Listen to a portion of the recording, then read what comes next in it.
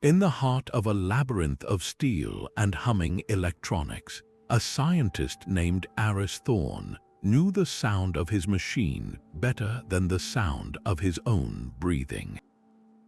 For years, the rhythmic, low thrum of the quantum stabilizer was a constant companion, a predictable vibration that meant all was nominally within the bounds of human understanding. He was chasing a dream, one shared by countless generations, faster than light travel. It was the ultimate prize, a solution to the aching silence between the stars, a way to finally answer the question of whether we are alone. But like every scientist who had come before him, Aris was methodically chipping away at the problem, expecting progress in increments of data, not miracles.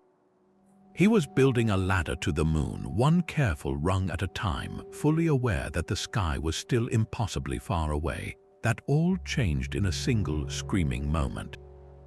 The familiar lullaby of the machine twisted into a shriek of protesting metal and surging energy.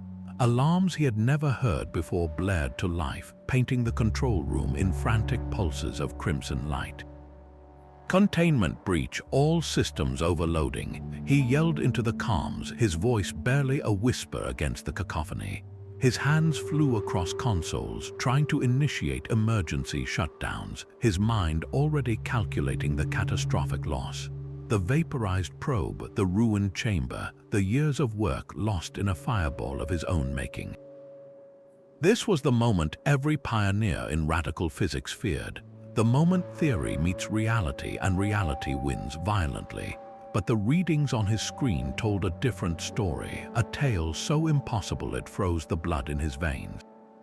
The probe wasn't destroyed. According to every sensor, it hadn't exploded. It had simply vanished, and in its place, where there should have been nothing but error messages and the ghost of a vaporized object, was a data signature that made no sense. It was a pattern of energy that defied every law of known physics, a whisper from a place that, according to every textbook ever written, could not exist. In that instant, Aris Thorne wasn't staring at a failure. He was witnessing an accident that would rewrite human history. This is the story of that accident, the day humanity, without any grand plan or declaration, stumbled through a door we never knew was there and discovered faster than light travel. It's a story not of deliberate conquest, but of beautiful, terrifying serendipity, a tale that begins not with a cheer, but with a gasp of disbelief. For a long, terrible moment, the only sounds in the lab were the fading shrieks of the emergency alarms and the frantic hammering of two hearts. Aris Thorne stood frozen, his knuckles white where they gripped the edge of the console, his mind reeling through a dozen catastrophic failure scenarios. But the primary sensor screen, now clear of the red overload warnings, told a story his training refused to accept. It was blank. Not the blank of annihilation, which would have left a scattering of particle signatures and thermal spikes, but a profound, impossible emptiness. The probe, a solid object composed of several tons of advanced alloys and quantum circuitry, had ceased to exist in their local spacetime without a trace of its destruction. Then a new window flashed open on a secondary monitor, auto-populated by a diagnostic subroutine that had stubbornly kept scanning. It displayed a single, looping data stream, a complex waveform of exotic energy that pulsed with a strange, unnatural rhythm. This was the ghost Lena Petrova saw when she rushed in, her face pale, a smudge of grease on her cheek from a frantic check of the lower conduits. "Aris, talk to me." What did we lose? Her voice was tight, the voice of an engineer who knows the cost of every gram of material in a multi-billion credit project. He just pointed a trembling finger at the waveform. "We didn't lose anything, Lena. Look." Lena leaned in, her engineer's mind immediately passing the data. Her first reaction was a scoff, a dismissive wave of her hand. "It's a ghost, a sensor echo from the containment surge. The system's traumatized, it's throwing back nonsense. Reboot the array and it'll clear." She was the anchor to his kite, always had been. Where Aris saw universes in a quark, Lena saw a potential systems failure. It was the balance that had kept their project and their sanity intact for so long. But Aris shook his head, his eyes wide with a feverish intensity. No, look at the timestamp correlation. The echo, as you call it, began precisely 73 attoscons after the probe vanished. An echo follows the event. This appeared concurrently, and the energy signature. Lena, it's not anything our sensors are calibrated to detect. This isn't a reflection, it's a footprint. He zoomed in on a section of the data, highlighting a series of particle decays that defied known physics. The probe didn't break up, it didn't vaporize, it transitioned. It moved from point A to a state of non-locality so fast that space itself hasn't finished registering the departure. This energy residue is the wake of something that traveled faster than light. The word hung in the air between them, louder than any alarm. Faster than light, it was the holy grail, the punchline to a million scientific jokes, the boundary line between science fiction and reality. To hear it spoken not in a conference room filled with hopeful hypotheses, but in the acrid-smelling silence of a near disaster was terrifying. Lena's skepticism didn't vanish, but it morphed. The dread on her face wasn't about a lost probe anymore. It was the chilling realization that Aris might be right. Exhilaration was there too, a tiny, forbidden spark in her eyes, quickly smothered by a wave of professional caution.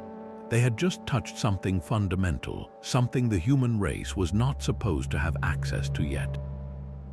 This wasn't a discovery you published. This was a secret you kept, because the moment this data left this room, their quiet laboratory would cease to be theirs. It would become an asset, a target, a circus. The weight of that knowledge settled over them, a shared, unspoken understanding that their lives had just bifurcated. There was the path before the accident, and now there was the clandestine path forward, a dark and thrilling road with only two people on it, staring at a digital footprint that threatened to change everything. The next 72 hours were a blur of clandestine activity, a desperate race against the inevitable scrutiny that would follow a major incident. Officially, the project was on administrative hold, the lab sealed under a blanket of corporate and government oversight. But Aris and Lena had a key, a digital backdoor they'd built for late-night work sessions that now became their greatest asset. While teams of investigators pored over the main logs, the two scientists worked in a hidden subsector of the facility, a cavernous storage bay that housed decommissioned equipment and forgotten prototypes. Here, surrounded by the ghosts of failed experiments, they assembled their proof. The modified probe was a testament to Lena's engineering genius. It was a patchwork creation cobbled together from spare parts and non-traceable components, its core a stripped-down version of the original, but with one critical addition: an independent, heavily shielded quantum clock, designed to record its subjective experience of time with near-absolute precision. There would be no debate about sensor ghosts this time. They needed irrefutable physical evidence. The air in the bay was thick with the smell of ozone and cold metal, their breaths misting in the dim light provided by a single, dangling work lamp. The tension was a physical presence, a third collaborator in their secret endeavor. Aris's hands, usually so steady during complex calibrations, trembled slightly as he connected the final power conduit. This wasn't just an experiment, it was a sacrament performed at the altar of the impossible. All systems report nominal, Lena said, her voice low and controlled, though her eyes betrayed a storm of anxiety and anticipation. The secondary containment field is holding. Power levels are stable at the recorded surge point. She looked at Aris, a silent question passing between them. There would be no sirens this time, no safety protocols. If they were wrong, if the accident had been a unique fluke of system stress, they risked creating nothing more than a very expensive, very quiet puff of vaporized metal. But if they were right, Aris took a deep breath, the command feeling like the most significant utterance of his life. Initiate sequence. He pressed a single key on a makeshift console. There was no shriek of tearing metal, no blinding flash of light. There was only a profound, unsettling silence, punctuated by a soft pop as the air rushed in to fill the sudden void where the probe had been. One moment it was there, a hunk of technology suspended in the test chamber. The next it was simply gone. The readouts on their screens went wild, then settled into the same impossible pattern they had seen before: the exotic energy waveform, the footprint of a transition. And then, just as abruptly, with another soft pop of displaced air, the probe reappeared. It was exactly where it had been, seemingly unchanged, hovering silently in the chamber. For a heart-stopping second, they feared it hadn't worked at all, that it had just glitched in and out of existence. But then the independent quantum clock began transmitting its data. Lena pulled it up on her screen, her face a mask of concentration that slowly dissolved into pure, unadulterated awe. Elapsed time, 0, she whispered, the words barely audible.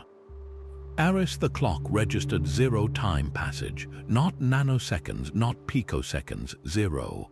It experienced no duration whatsoever between departure and arrival. She looked up from the screen, her eyes wide, the reality of it crashing down upon her. My God, she breathed, the engineer in her finally, completely surrendering to the evidence. We didn't break physics, we found a back door. The wave of triumph that washed over them was unlike anything they had ever known.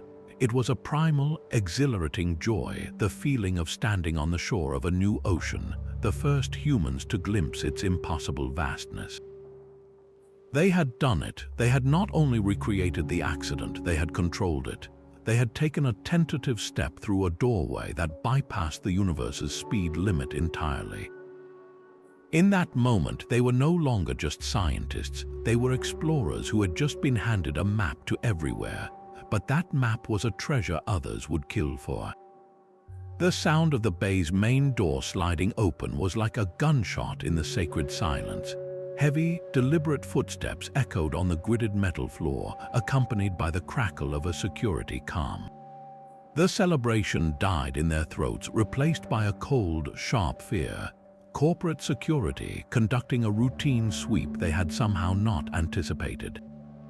There was no time to shut down the equipment, to hide the evidence of their unauthorized experiment.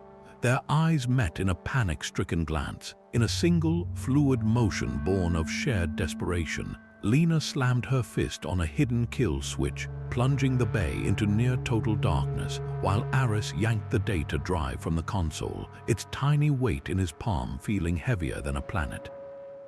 They melted into the shadows behind a stack of old generator housings, their world-altering discovery now reduced to a desperate secret, its future hanging by a thread as the beam of a flashlight swept across the chamber where a miracle had just occurred. The beam of the security light swept past their hiding spot, illuminating the empty chamber where the probe had vanished and reappeared. For a few agonizing seconds, Aris and Lena held their breath, hoping the guards would mistake their setup for inactive, decommissioned scrap. But the footsteps didn't retreat. Instead, they paused, and a new, chillingly familiar voice cut through the dimness, cold and precise as a laser scalpel. "Cut the lights, Thorne. The theatrics are unnecessary. We know you're here." The main overhead lights flickered on with a harsh, industrial hum, revealing Helena Vance standing at the center of the bay. She was flanked not by standard security, but by a unit of corporate enforcers clad in sleek, tactical armor, their faces obscured by mirrored visors. Helena herself was a study in controlled power, her tailored suit looking impossibly pristine in the grimy surroundings. Her expression wasn't one of anger, but of predatory satisfaction, as if she had just cornered a particularly valuable specimen. "Your little unscheduled test just triggered a priority alert on 3 separate oversight networks," she stated, her gaze sweeping over the jury-rigged console and the still warm test chamber. An impressive feat considering the project is officially suspended, and an even more impressive result if the energy signatures we intercepted are to be believed. She took a few steps forward, her heels clicking decisively on the metal floor. The faster-than-light initiative is hereby terminated.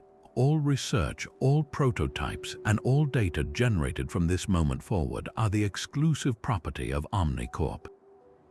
Aris stepped out from the shadows, his heart hammering against his ribs. Helena, you don't understand what we've done. This isn't just corporate IP. It's for everyone. It changes everything. Precisely, she replied, a thin smile touching her lips. Which is why it cannot be left in the hands of two rogue scientists who nearly vaporized a 5 billion credit facility. The potential for instability is too great, she gestured to her team. Secure everything, wipe all local systems. I want every circuit board, every data crystal, and every scrap of notes in a containment case in 10 minutes. As the enforcers moved with practiced efficiency, one of them approached the main console. In a moment of pure, blind instinct, Aris feigned a stumble, bumping into the technician. His hand, seemingly bracing himself on the console, brushed against the primary data port and palmed the small, warm crystal that contained the only complete record of the successful test, the energy waveforms, the quantum clock readings, the proof. He slipped it into his pocket as he righted himself, the movement lost in the chaos of the seizure. Lena watched, her face a stony mask of fury and betrayal. This is theft, Vance. This is our work. Helena turned her cool gaze to Lena. Your work was funded by Omnicorp on Omnicorp property, using Omnicorp resources. There is no your work. There is only corporate assets which you have been mismanaging. She leaned in slightly, her voice dropping to a conspiratorial whisper that was somehow more threatening than a shout. And given the severe breach of protocol, I suggest you both come quietly. Corporate oversight has a very particular way of dealing with liabilities. The unspoken threat hung in the air. They weren't just being fired, they were being disappeared, their discovery buried so deep within Omnicorp's Black Projects division that they might never see the light of day again. Aris caught Lena's eye and gave a nearly imperceptible nod towards a secondary ventilation access hatch, partially obscured behind a stack of crates. It was a desperate, crazy plan, but it was the only one they had. As an enforcer moved to place restraints on Aris, Lena suddenly kicked over a cart of tools, sending metal clattering across the floor. In the split second of distraction, Aris ducked and bolted for the hatch with Lena right behind him. Shouts and the crackle of stun weapons filled the air. Aris fumbled with the hatch release, his fingers clumsy with adrenaline before it gave way with a groan. They scrambled into the narrow, dark duct, the sound of pursuit echoing behind them as the heavy metal door slid shut, sealing them in darkness with nothing but a stolen secret and the chilling certainty that they were now fugitives from the most powerful corporation on Earth. The air in the orbital safehouse was thick with the smell of recycled oxygen and stale sweat, a stark contrast to the sterile environment of their old lab. They were fugitives, their faces now plastered across interplanetary bulletins as persons of extreme interest to corporate security. In the dim glow of a jury-rigged terminal, the only light source in the cramped room, Aris Thorne finally connected the stolen data crystal. The holographic display flickered to life, projecting a complex, shimmering schematic that looked less like an engine and more like a piece of alien art. It's not just a drive, Lena, Aris whispered, his voice hushed with a reverence usually reserved for cathedrals. His fingers traced the elegant, twisting lines of energy flow on the display. Look at the core principle. We were wrong to think of it as pushing something faster. That's like trying to outrun the wind. This is a fold. He zoomed in on the central mechanism, a nightmarishly intricate array of gravitational lenses. The accident created a micro-singularity, a pinpoint black hole for just a fraction of a nanosecond. We don't propel the ship, we create a localized gravity well so intense, so perfectly focused that it doesn't just bend space-time, it punctures it. The ship falls through the puncture from one point to another without traveling the distance in between. Lena Petrova stared at the schematic, her engineer's mind comprehending the sheer, terrifying physics of it. Her initial awe curdled into a cold, sharp dread. She saw past the elegant theory to the brutal reality of the machinery required. "Aris," she said, her voice low and strained, "you're describing a controlled singularity generator. A device that can create and destroy black holes on command. Do you have any idea what you're holding? This isn't a starship engine. This is a weapon of unimaginable power. You could drop one of these folds on a planet. You wouldn't need bombs or lasers. You could just unexist a continent or a whole world." The weight of her words settled in the cramped space. The dream of reaching the stars was suddenly overshadowed by the nightmare of what such a power would mean in the wrong hands. They had been so focused on the miracle of the accident, on the sheer joy of discovery, that they had blinded themselves to the darker implications. OmniCorp hadn't just wanted to bury their research to maintain a monopoly. They wanted to weaponize it. Their beautiful, universe-changing back door could just as easily become a trapdoor to oblivion. Aris opened his mouth to argue, to defend the purity of the science, but the words died in his throat. The safe house's proximity alarm blared into life, a shrill, piercing shriek that shattered their debate. Red warning glyphs flashed across their terminal screen, overriding the beautiful, deadly schematic. Signal trace detected, a synthesized voice intoned. Corporate bounty hunter signature, ETA 3 minutes. The hunter had found them, drawn by the very data pulse they had used to access the crystal. Their haven was now a cage, and the key to the universe was suddenly a death sentence clutched in their hands. The crowded market on Riga Station was a chaotic symphony of life, a stark contrast to the sterile terror of their flight.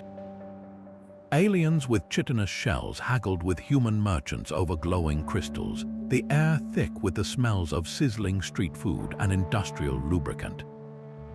For a few precious moments, Aris and Lena allowed themselves to believe they were just two more faces in the throng, their hearts still hammering from the narrow escape from the safe house. They moved with the crowd, trying to look casual, the weight of the data crystal in Aris's pocket feeling like a lead weight. It was in these crowded, anonymous places that you were supposed to be safest, lost in a sea of strangers.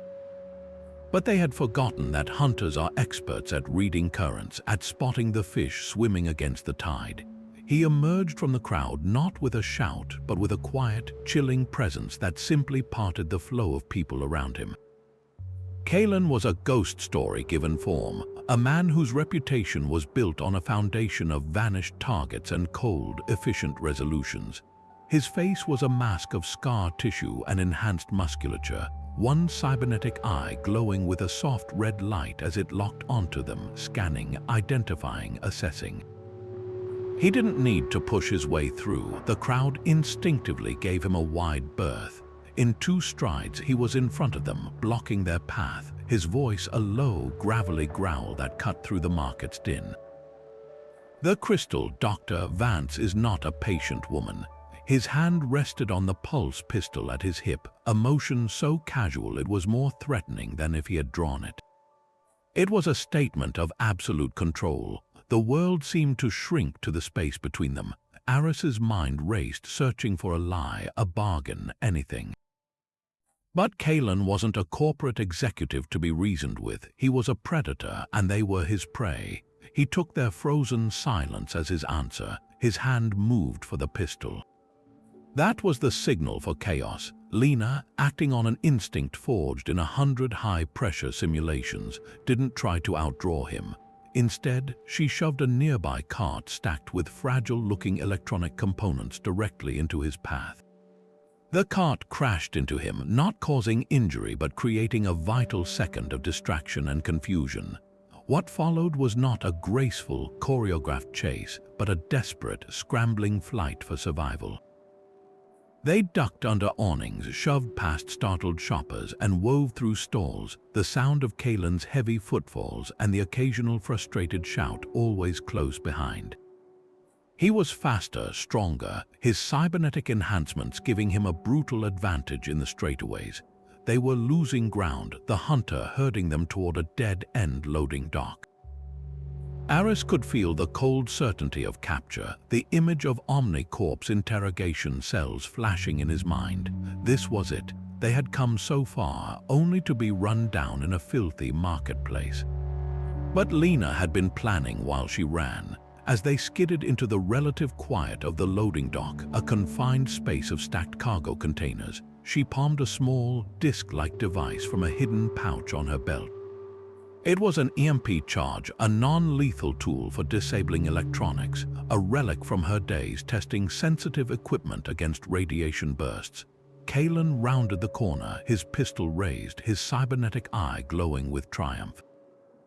Nowhere left to run, he stated, his voice flat and final. Lena didn't run. She met his gaze, and with a flick of her wrist, she sent the disc skittering across the floor. It came to a stop at his feet. For a heartbeat, nothing happened. Kalen smirked, a cruel twist of his lips. Then the charge emitted a soundless, invisible wave of electromagnetic energy. The effect was instantaneous and horrifying. Kalen's cybernetic eye flickered and died, going dark. A strangled gasp escaped his lips as his neural implants, the systems that enhanced his reflexes and processed combat data, short-circuited. He staggered, clutching his head, his body convulsing as the foreign hardware inside him turned against its host. The pulse pistol clattered to the floor from his spasming hand. He wasn't dead, but he was neutralized, a high-tech predator rendered primitive and helpless. They didn't wait to see him fall. They fled the dock, melting back into the teeming chaos of the market, the image of the mighty Kalen brought low by a simple tool burning in their minds. As they ducked into a service corridor, finally catching their breath, the full implication of the encounter crashed down on Aris. He leaned against the cold metal wall, his hands shaking not from the chase, but from a deeper, more profound fear. He looked at Lena, his voice barely a whisper. They sent Kalen, not corporate security, not a negotiation team, a top-tier bounty hunter known for permanent retrievals. He swallowed hard, the pieces clicking into a terrifying new picture. They're not just trying to bury this technology, Lena, they're in a race. They're trying to weaponize it first. The dream of the stars was now inextricably linked to the nightmare of a gun pointed at the heart of the galaxy. Back in the relative safety of a new hiding spot, a cramped cargo module on a neutral trading outpost, the air was thick with a new kind of tension. It was no longer just the fear of being found, it was the chilling weight of the discovery itself. The frantic escape from Kalen had solidified their reality. They were holding a key that could unlock either humanity's greatest future or its utter destruction. With a bounty hunter temporarily neutralized, they had a narrow, precious window to understand exactly what they had created. Aris jacked the stolen data crystal into their portable terminal, its soft hum the only sound in the confined space. They bypassed the terrifying weapon schematics and went straight for the raw, unprocessed data from the very first accidental test, the moment their probe had vanished. For hours, they sifted through the chaotic energy readings, the ghostly footprint of the transition. Aris was looking for anomalies in the gravitational lensing, while Lena focused on the quantum entanglement logs, searching for any residual signature that could hint at the probe's final state.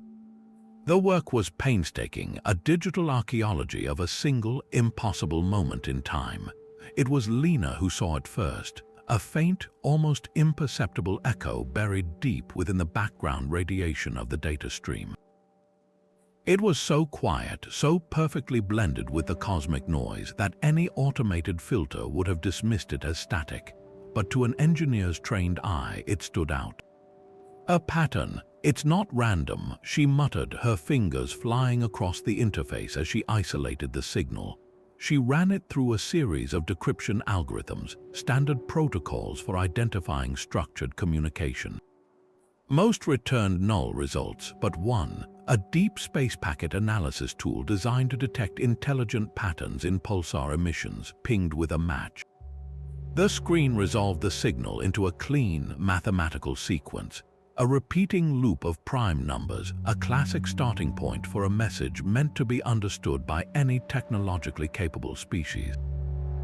But it didn't stop there. Following the primes was a more complex data package. Aris leaned in, his breath catching. My God, it's a carrier wave, the probe. It didn't just fold space. The act of puncturing space-time itself transmitted a signal, a shock wave through the fabric of reality. Lena's face was pale in the terminal's glow. It's a message, Aris. She worked for another hour, the trading outpost's day-night cycle meaningless in their windowless refuge. She cross-referenced the signal structure with known linguistic models and xenolinguistic databases. Finally, the translation matrix resolved into 4 words of stark, simple galactic common. The message wasn't a greeting, it wasn't a warning, it was a question. A single, terrifying query that had been broadcasting on a loop from the precise coordinates of their first test for weeks. Origin point, the words hung in the air, cold and absolute. The exhilaration of their discovery evaporated, replaced by a primal dread that seemed to freeze the very air in their lungs. This changed everything. Their accident wasn't a quiet, contained event. It was a knock on a door they never knew existed, a door to a cosmos that was far from silent. And something on the other side had not only heard the knock but had immediately asked who was there.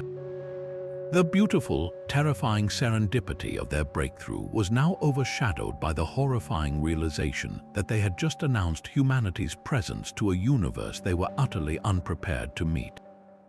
The silence of the stars had never been a comfort, it had been a veil, and they had just torn it aside without any thought for what might be looking back. The signal was an open wound in the sky, a bleeding question mark that demanded an answer. They knew with a chilling certainty that staying hidden was no longer an option. If OmniCorp could track them, so could whatever had sent that message. Their only path forward was to meet the question head-on, to see who or what was asking. Their vessel for this impossible journey was the Starseeker, a name that felt like a cruel joke painted on the hull of a battered interstellar freighter. It was a ship held together by Lena's sheer force of will and a small fortune in untraceable parts bought on the black market. Its original purpose had been hauling ore between Martian colonies. Now, it was a makeshift ark carrying the 2 most wanted humans and a secret that could shatter empires. The journey to the signal source at the solar system's edge, a patch of empty space beyond the Kuiper belt, was a tense, silent vigil. For weeks, they lived in the ship's cramped confines. The hum of the conventional fusion drive a constant reminder of how slow, how primitive their normal travel was. They ran diagnostics on the fold drive, a terrifyingly compact device welded into the Starseeker's cargo hold. Its elegant, alien-looking components a stark contrast to the grimy, utilitarian ship around it. This was the moment of truth. They had recreated the accident, they had run the simulations, but piloting a conscious, living crew through a controlled singularity was a leap of faith that made their earlier experiments seem like child's play. Aris spent the final hours staring at the star chart, at the vast, empty gulf they were about to bypass. What if we're wrong about the exit coordinates? He asked, his voice barely a whisper. Lena, her hands steady on the navigation console, replied with an engineer's grim practicality. Then we become a permanent part of the background radiation of the universe. There was no countdown, no dramatic fanfare. There was only the press of a button. One moment, the starfield outside the viewport was a familiar tapestry of distant suns and the faint glow of the Milky Way. The next, space itself seemed to flinch. The stars didn't streak into lines. They smeared, stretching into impossible, rainbow-hued arcs as if seen through a warped lens. There was no sensation of movement, no G-forces pinning them to their seats. Instead, there was a profound, gut-wrenching disorientation, a feeling of being unmade and remade in the space between heartbeats. The ship's gravity plates flickered, and for a terrifying second they were weightless. Then it was over. the universe snapped back into focus with a soft, definitive thump that resonated through the hull. The starfield outside was completely different. They were at the edge of their own solar system, having traversed a distance that should have taken years in less time than it takes to blink. Before the wave of relief could even crest, the space before them shifted. It wasn't a ship that appeared from behind an asteroid or decloaked in a shimmer of light. It was as if a piece of the cosmos itself had folded outward, revealing a structure of such impossible geometry that their human minds recoiled from interpreting it.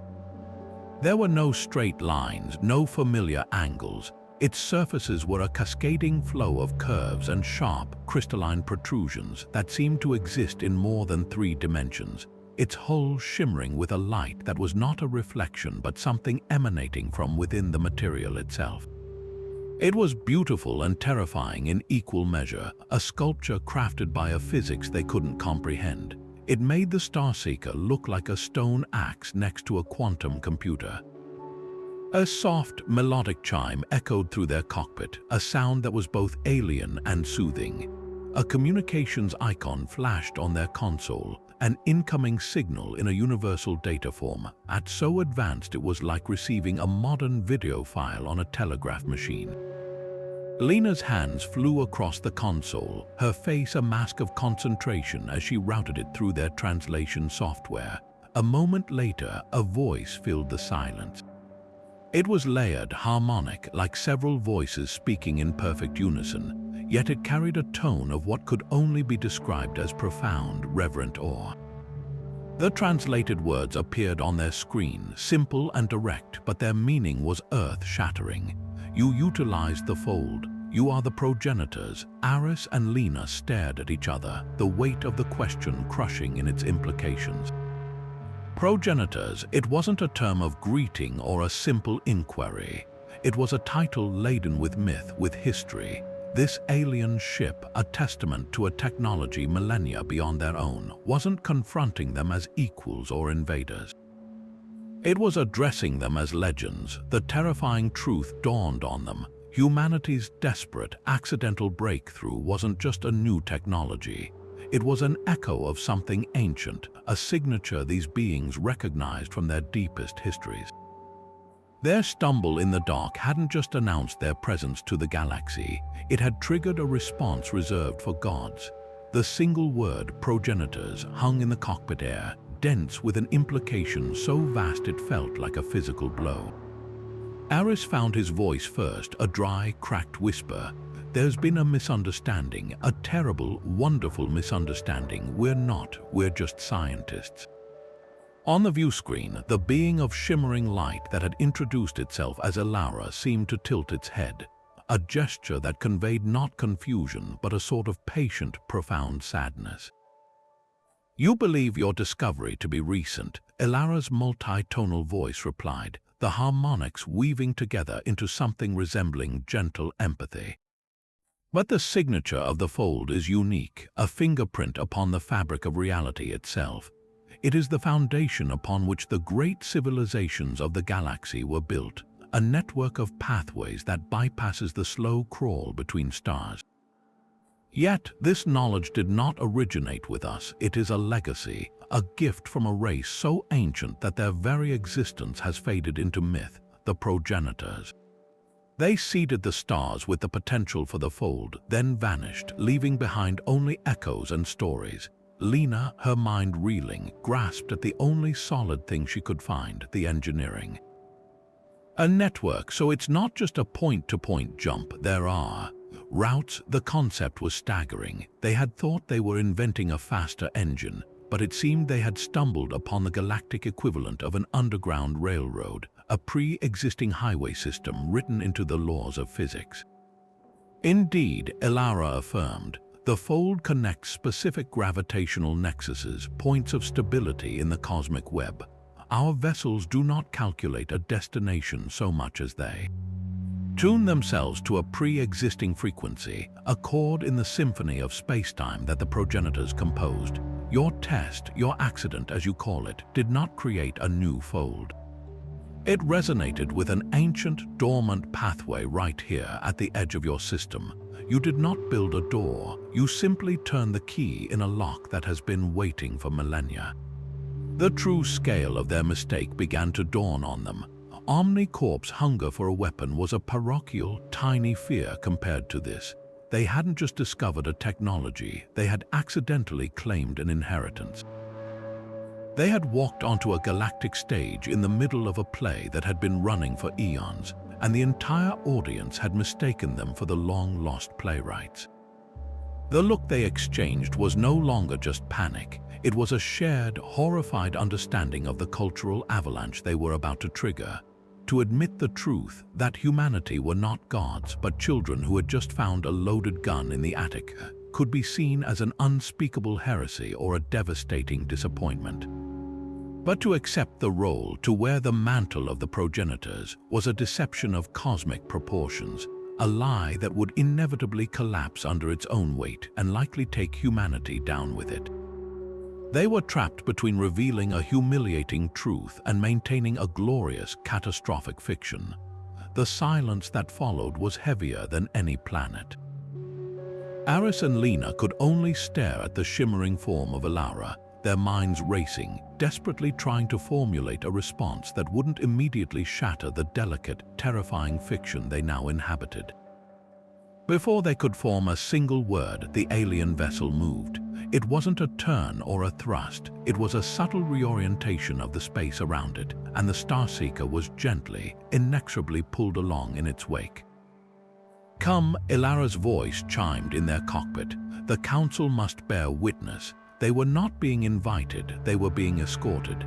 The journey this time was not a fold, but a glide through a region of space that their sensors registered as a simple nebula. But as they followed Alara's ship, the cosmic dust seemed to part, revealing a structure that defied comprehension. It wasn't a space station built in orbit around a star or anchored to an asteroid. It was a station woven into the fabric of the nebula itself, its spires and arches looking like they had grown from the interstellar gas, glowing with a soft internal light. Docking bays opened like blooming flowers, and as the Starseeker was guided into one, they saw ships of 100 different designs, from crystalline shards to organic-looking vessels that pulsed with life. They were entering a place of power, a crossroads for civilizations they hadn't known existed. The chamber they were led to was vast, a circular space with a domed ceiling that displayed a real-time view of the swirling nebula outside. Seated around a central dais were beings of such diversity it made their heads spin. A creature of pure energy crackled within a containment field. A collective intelligence of insectoid forms moved with a single, unnerving purpose. A species of graceful, long-limbed humanoids with skin the color of moonlight watched them with large, luminous eyes. The air hummed with untranslatable languages and the sheer presence of power. But one figure dominated the room. Gorath was a mountain of scaled muscle and formidable presence, a reptilian ambassador whose sheer size seemed to warp the gravity around him. When he spoke, his voice was a low rumble that vibrated through the floor, translated by the chamber's systems into harsh, guttural galactic common. He did not wait for introductions or pleasantries. His piercing yellow eyes locked onto the two humans, radiating not reverence but a deep, simmering suspicion. Alara speaks of a fold signature from a dormant sector. She whispers of Progenitors returned. He leaned forward, his claws clicking against the armrest of his throne-like chair. The Progenitors built the great network that binds the galaxy. They were masters of reality itself. Their return would be consequential. He let the word hang, a clear threat veiled as a statement. So let us dispense with wonder and speculation. A simple test. If you are what Alara claims, then demonstrate it. The fold network has been decaying for cycles beyond count. Key routes have collapsed into chaos. Reignite the primary conduit to the Cygnus reach. Show us the mastery that is your legacy. The challenge echoed in the silent chamber. Every eye, every sensor, every form of perception was focused on Aris and Lena. This was the moment their accidental lie faced its judgment. They couldn't create a starship engine from scratch in a lab. How could they possibly command a galactic-scale network of cosmic pathways they didn't understand? To admit their humanity now, to reveal their terrifying technological infancy, would not just be an embarrassment. In a galaxy that revered the progenitors as near deities, such a confession could be seen as a blasphemous deception. Gorath's faction, and likely others, would see Earth not as a lost sibling to be welcomed, but as a threat to be neutralized, a chaotic variable holding a dangerous secret. The fate of their entire world now rested on their ability to perform a miracle they had only ever stumbled into by chance, under the cold, judging gaze of a universe that expected them to be gods. The walk back to the Starseeker felt like a march to the gallows. The grand, silent chamber and the judgmental eyes of the alien council seemed to follow them through the sterile corridors of the docking bay. It was only when the airlock door hissed shut behind them, sealing them in the familiar, grimy confines of their own ship, that the dam of tension broke. Aris slumped against a bulkhead, running his hands through his hair, his face a mask of pure, undisguised panic. "We have to tell them," he blurted out, his voice trembling with urgency. "Lena, we have to tell them the truth right now. It was an accident, a lab mistake. We're not these progenitors. We're frauds standing in a room of gods, and the second they realize it, they will wipe us out. We have to confess before this goes any further." His plea was the desperate cry of a scientist who had spent his life in pursuit of objective fact, now drowning in a sea of cosmic fiction.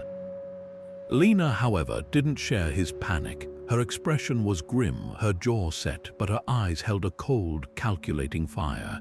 She crossed her arms, leaning against their makeshift navigation console. "Confess, and then what, Aris? What happens the moment we admit that humanity's greatest achievement was a lucky break in a dirty lab?"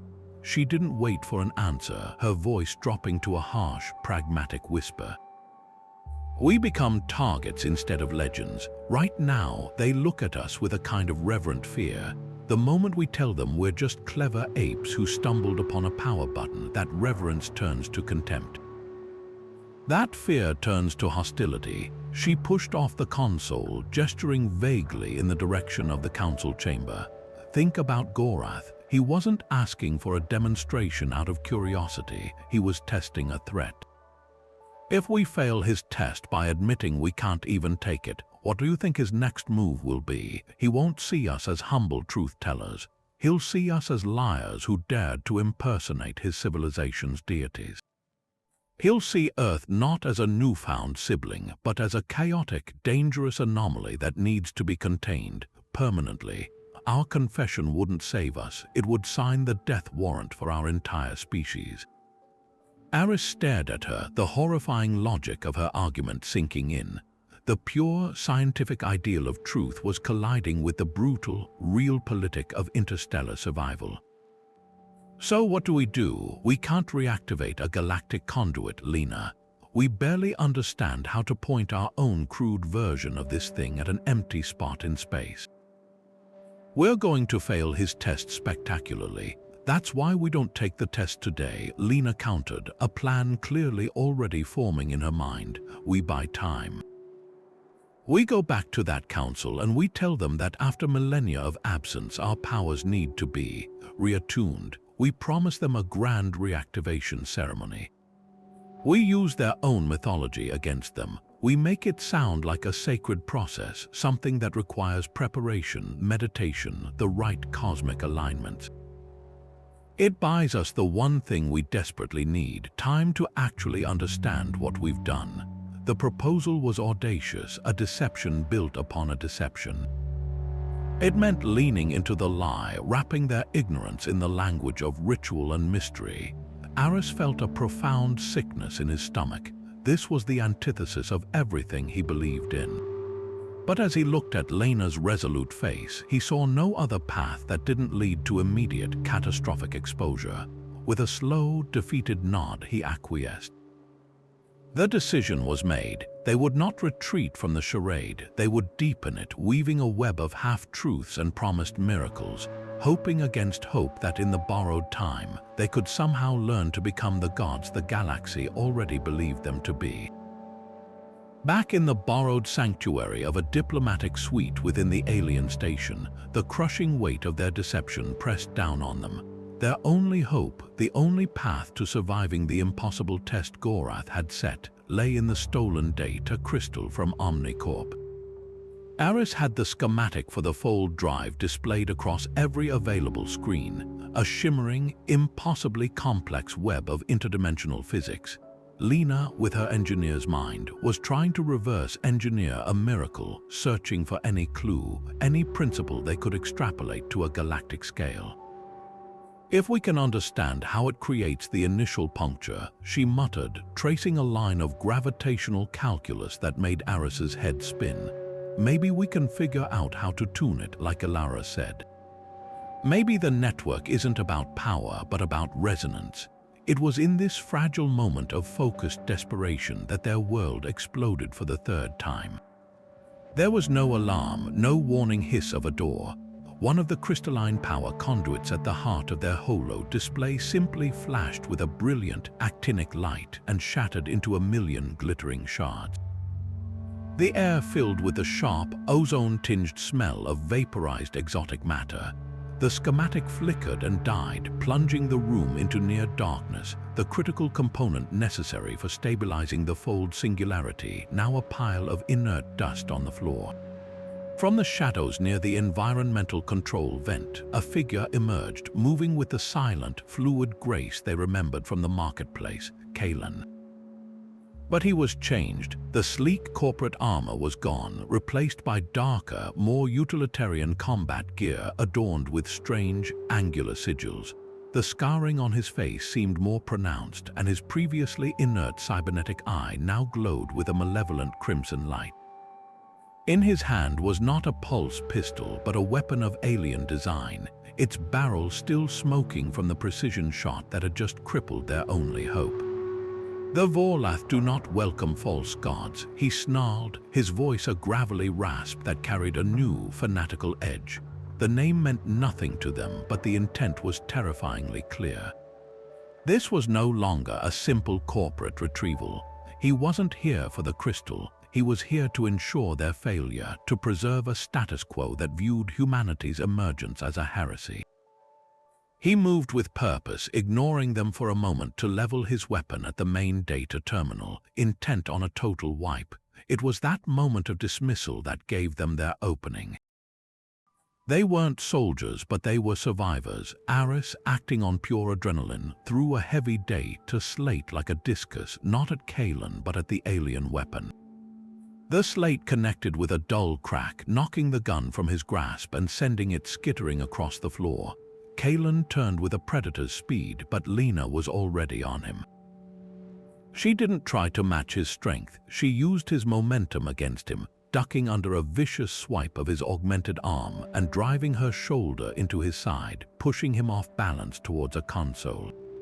The fight was a brutal, short-lived struggle of desperation against trained lethality.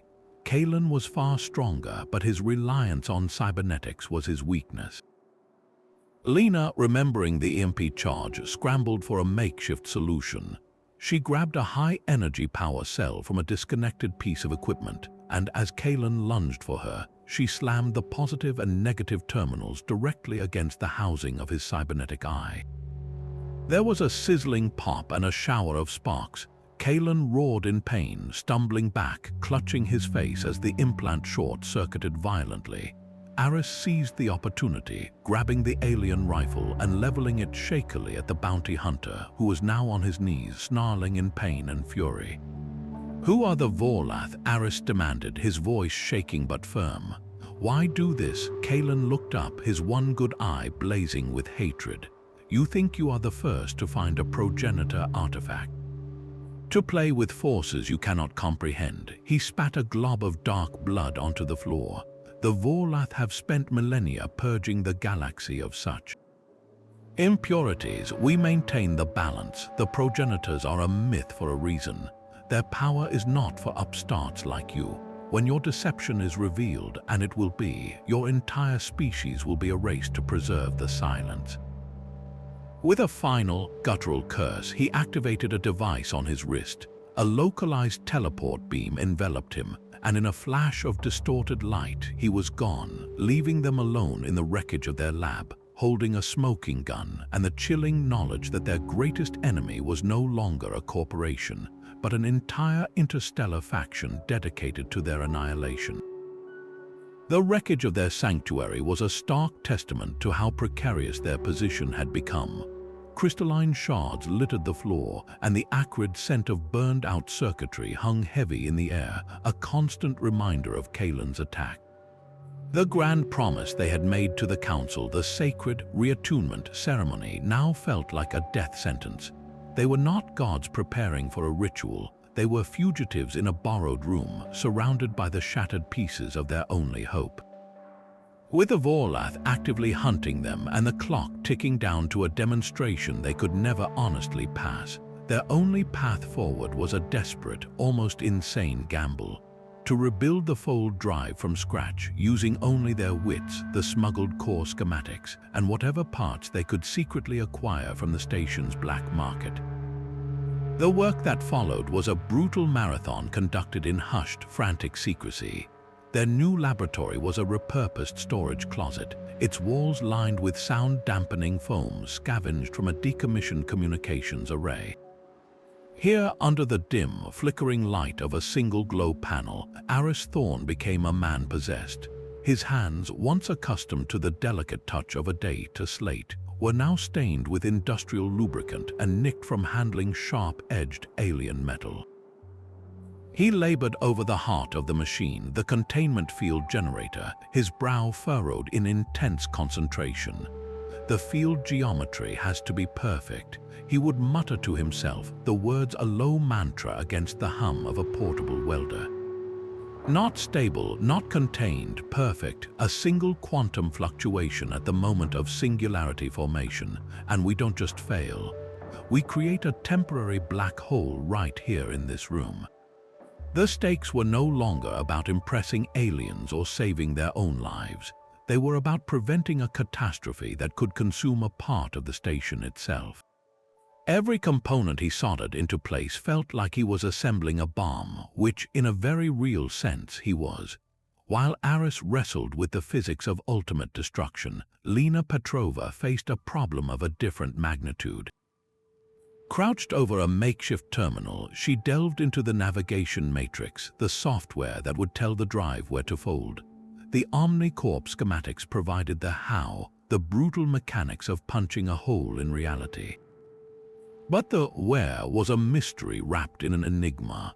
She spent days analyzing the data from their first successful test, comparing it to the star charts Ilara had provided. The numbers didn't make sense using conventional astrometrics. The energy required to move the Starseeker across such a vast distance should have been astronomical, yet their drive had achieved it with the power output of a small city. It was during a late-night session, her eyes blurry from staring at streams of equations, that the realization struck her with the force of a physical blow. She stood up so quickly her chair clattered to the floor. "Aris, stop," she said, her voice quiet but sharp with revelation. He looked up, the welding torch still glowing in his hand. "We've been thinking about this all wrong," she continued, her eyes wide. "The Fold doesn't move the ship through space. That's the old paradigm, the idea of pushing against a medium. This is different." She pointed at the screen, at a visualization of space-time curvature.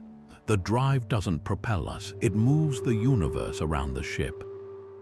She explained it like an engineer grasping a fundamental truth. It creates an immense, localized gravity well the puncture, but instead of us falling into it, the drive uses that gravity to drag the destination's coordinates to us. Space itself contracts along a pre-existing pathway, the progenitor route, and the ship is just stationary at the center of the event. We don't travel the distance. We erase it. This insight was more than a theoretical breakthrough. It was the key to their survival. It explained why the network was a series of set pathways. They were like rivers of manipulated space-time flowing between fixed points. It meant that Gorath's test, the reactivation of the Cygnus Reach conduit, wasn't about generating more power.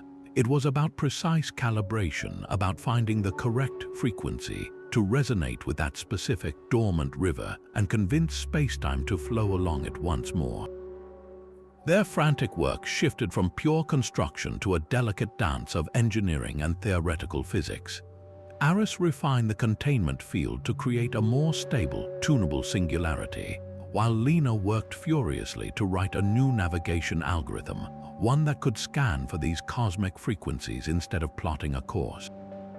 They were no longer just rebuilding a machine, they were learning to speak the native language of the cosmos, a language humanity had never known existed.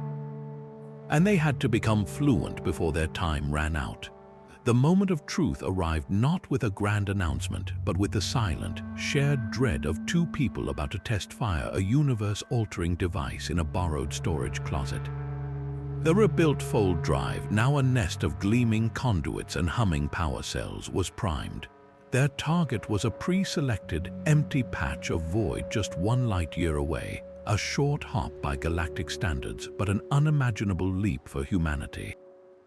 Lena's hands hovered over the console, her finger poised above the activation rune they had programmed. Navigation matrix is locked, containment field is stable at 98%. Power conduits are, well, they're as good as they're going to get. She looked at Aris, her expression a mixture of grim resolve and sheer terror. Ready. Aris, monitoring the delicate gravitational sensors, could only manage a tight nod. As we'll ever be, initiate the sequence. There was no dramatic countdown, no final, heroic speech. There was only the press of a button. For a single, heart-stopping second, nothing happened. Then, the universe outside their tiny viewport began to unravel. The familiar, steady pinpricks of distant stars didn't just streak. They stretched into impossibly long, shimmering lines of pure, rainbow-hued light, as if space-time itself were a sheet of taffy being pulled taut. The Starseeker groaned, a deep, resonant vibration that shuddered through the deck plates and rattled their teeth. It wasn't the roar of an engine, but the sound of reality protesting, a fundamental creaking of the cosmic architecture. There was no sensation of acceleration, only a profound, gut-wrenching disorientation, a feeling of being untethered from all the normal anchors of existence. Then, as swiftly as it began, it was over. The universe snapped back into focus with a jarring, definitive thump that felt like a physical blow. The starfield outside was completely, utterly different. A wave of pure, unadulterated triumph washed over them. They had done it. They had not only rebuilt the drive, but they had successfully piloted it. Lena let out a choked cry that was half laugh, half sob, her eyes frantically scanning the new navigational data. Confirmed, we have translated 1.03 light-years. Aris, it worked. It actually worked. For a few glorious seconds, the weight of their deception, the fear of the Vorlath, the judging eyes of the Council, it all melted away in the face of this monumental human achievement. They had taken a second, controlled step into the cosmos, but their celebration was brutally short-lived. A deafening, blaring klaxon shattered the silence, and the cockpit was bathed in the harsh, urgent glow of crimson warning lights. Lena's face, moments ago alight with victory, instantly paled as she read the diagnostics. Power drain. It's catastrophic. The fold consumed nearly 90% of our reserves. Life support is failing. Secondary systems are going offline. We're a sitting duck out here. The Starseeker was adrift, its fusion drive sputtering, its lights flickering. Their miraculous engine had delivered them to the promised coordinates, but it had left them utterly stranded and defenseless in the process. It was in this moment of vulnerable silence that the space around them began to ripple. It wasn't a decloaking in the sense of a shimmering veil dropping away. It was more sinister, more final. One by one, like monstrous fish emerging from the ink-black depths of space, massive, angular warships simply appeared.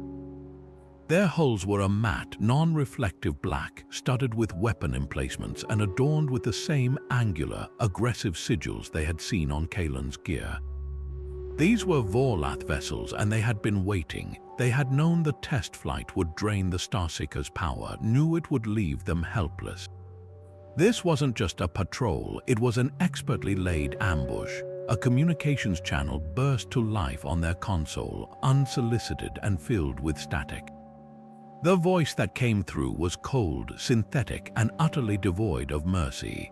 False progenitors, your deception ends now. Power down your systems and prepare to be boarded. Any resistance will be met with annihilation. On the main viewer, the menacing barrels of plasma cannons on the lead ship began to glow with a building, malevolent energy, charging for a killing blow. Their successful test had proven their capability to the galaxy, but in doing so, it had also sprung the Vorlath's trap, leaving them staring into the abyss with no power to run and no way to fight back. The silence that followed the Vorlath's ultimatum was broken not by a plea or a surrender, but by a new, chilling voice that cut across the emergency channel. It was a voice they knew all too well, the low, rumbling growl of Ambassador Gorath, but stripped of any pretense of diplomatic neutrality. "Your deception ends now, humans," he transmitted, his words dripping with cold, triumphant finality. On the main viewer, the image shifted from the threatening Vorlath battleships to a feed from inside the council chamber.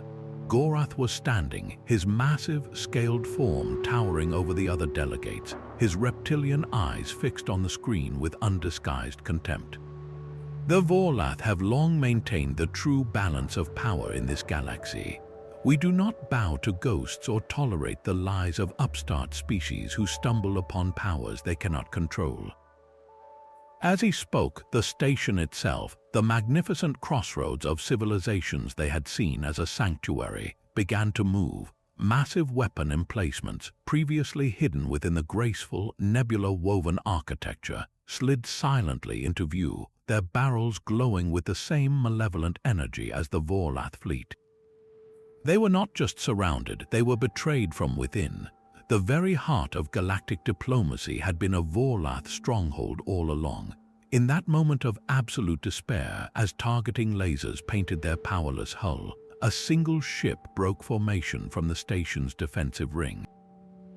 It was Ilara's vessel, the one of impossible, flowing geometry. It did not fire a single shot. Instead, it unleashed a pulse of energy so pure and brilliant it was like a star being born in the void. The pulse wasn't a weapon, it was a symphony of light and information, a complex data stream that overloaded every sensor array within 1,000,000 kilometers. The Vorlath targeting systems flickered and scrambled, their lock on the Starseeker broken in an instant. The station's weapons hesitated, momentarily blinded by the benevolent cacophony. A private, heavily encrypted channel burst to life on their console. It was Ilara, her multi-tonal voice strained, urgent. "The Vorlath have corrupted the Council. You are not safe here, you must flee." "Flee to where?" Aris yelled back, his hands flying across the console, trying to reroute the last dregs of power to the thrusters. "They're everywhere, our drive is dead." The coordinates, Ilara's voice was insistent, a lifeline thrown into a storm. "The ones I gave you after the first council session. They are not for a random star system. They are the last known location of the progenitor homeworld. It is a place shrouded in myth, protected by anomalies. The Vorlath fear it. They cannot follow you there." As she spoke, a new data packet flooded their navigation computer, a complex set of vectors and gravitational constants that made no sense according to any standard star chart. "The answers you seek are there, the truth about the fold, about your own connection to it. It is your only chance." The space around Ilara's ship then erupted in a defensive ballet of impossible maneuvers. She didn't attack the Vorlath fleet, she danced between them, her vessel twisting through space in ways that defied physics, drawing their fire and creating a chaotic, shimmering barrier between the Starseeker and its executioners. She was sacrificing herself, creating a diversion with the sheer, beautiful power of her technology, buying them the slimmest of windows. On the main viewer, they saw pulses of Vorlath energy weapons lashing out, and Ilara's ship weaved through them, its hull glowing brightly with each near miss.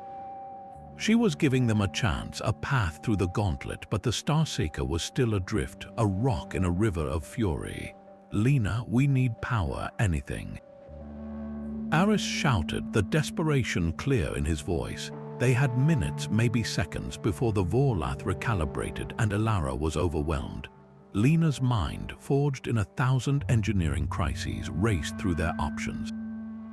The main reactor was critically depleted, the safety protocols locking it down to prevent a total meltdown. But she remembered the fold drive itself, the terrifying power source at its core. It was designed to contain a singularity, but its energy capacitors were still charged, holding a massive, volatile reserve meant for the next jump. It was the ship's lifeblood, and tapping into it was a gamble that could vaporize them instantly. "This is going to be rough," she muttered, her fingers executing a series of commands that bypassed every safety protocol she had spent weeks building. She rerouted the entire ship's power grid, channeling the raw, untamed energy from the fold capacitors directly into the thrusters, and most critically, into a single, desperate burst for the drive's initiation sequence. The Starseeker shuddered violently as if struck by a meteor. Every light on the console flared to blinding intensity before blowing out in a shower of sparks. Alarms they had never heard before screamed through the ship. But outside the viewport, the universe began to twist once more. The fold drive, fueled by its own dangerous reserves, engaged not with the controlled hum of their test, but with a deafening roar that felt like the fabric of reality tearing apart. The Vorlath fleet, the Council Station, and the brave, shining form of Ilara's ship all smeared into streaks of impossible light as the Starseeker was violently wrenched from normal space. They weren't making a calculated jump. They were making a blind, desperate leap into the unknown, propelled by stolen power and a dying ally's gift, heading for a legendary world that might not even exist, with the entire hostile galaxy now knowing exactly who they were. The journey into the heart of the unknown was not a voyage but a series of violent convulsions. Ilara's coordinates were not a simple star chart. They were a sequence of cosmic keys, each one requiring a terrifyingly precise jump into the absolute void. There was no gradual transition, no gentle glide between the stars. One moment, the universe was a familiar tapestry. The next, it was a screaming, kaleidoscopic nightmare of twisted light and warped physics. Each fold was a hammer blow against the Starseeker's already battered frame. Conduits stressed beyond their limits, ruptured in geysers of superheated coolant. Emergency bulkheads slammed shut with deafening finality, sealing off compromised sections of the ship. The air grew thin and cold as life support systems faltered, and the constant groaning complaint of the hull became the soundtrack to their flight. The toll was more than physical. Aris found himself staring at the distorted starfields during the transitions, his mind struggling to pass visuals that had no right to exist. He would wake from fitful sleeps clutching his chest, his dreams haunted by the sensation of infinite fall. Lena, ever the pragmatist, slowly crumbled in a different way. Her hands, once so steady, developed a fine tremor.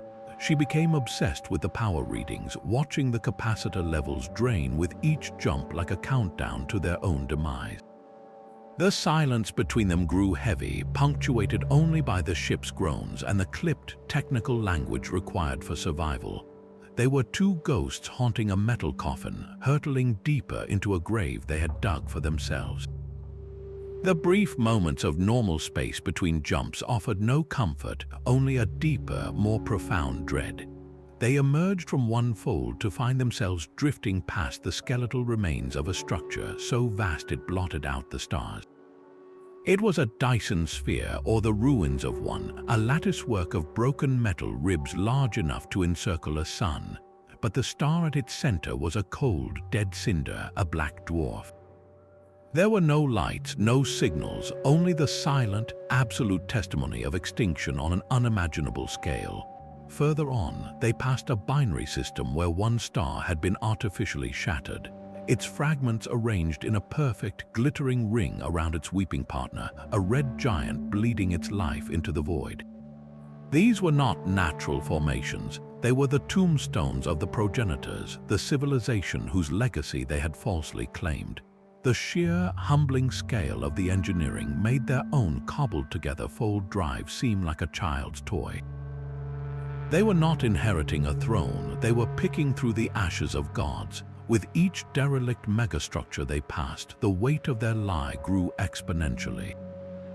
It was no longer just a deception aimed at a council of aliens. It was a blasphemy against the memory of a race that had literally rearranged the galaxy.